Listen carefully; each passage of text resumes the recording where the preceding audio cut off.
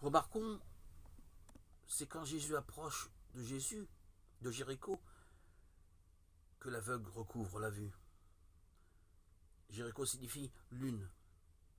Et dans l'écriture sainte, la lune est le symbole de la chair vouée à disparaître.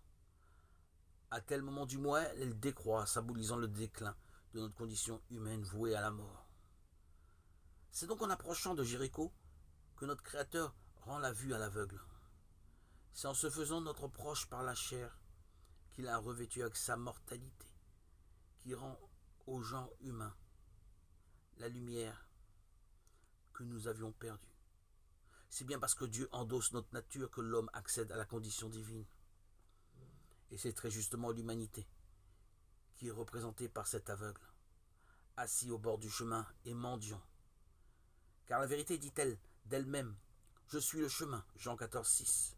Celui qui ne connaît pas l'éclat de la lumière éternelle est bien un aveugle, mais s'il commence à croire au Rédempteur, alors il est assis au bord du chemin. Si tout en croyant en lui, il néglige d'implorer le don de la lumière éternelle, s'il refuse de le prier, il reste un aveugle au bord du chemin. Il ne se fait pas demandeur. Que tout homme qui reconnaît les ténèbres qui font de lui un aveugle, que tout homme qui comprend que la lumière éternelle lui fait défaut, crie du fond de son cœur, qu'il crie de tout son esprit, Jésus, fils de David, aie pitié de moi.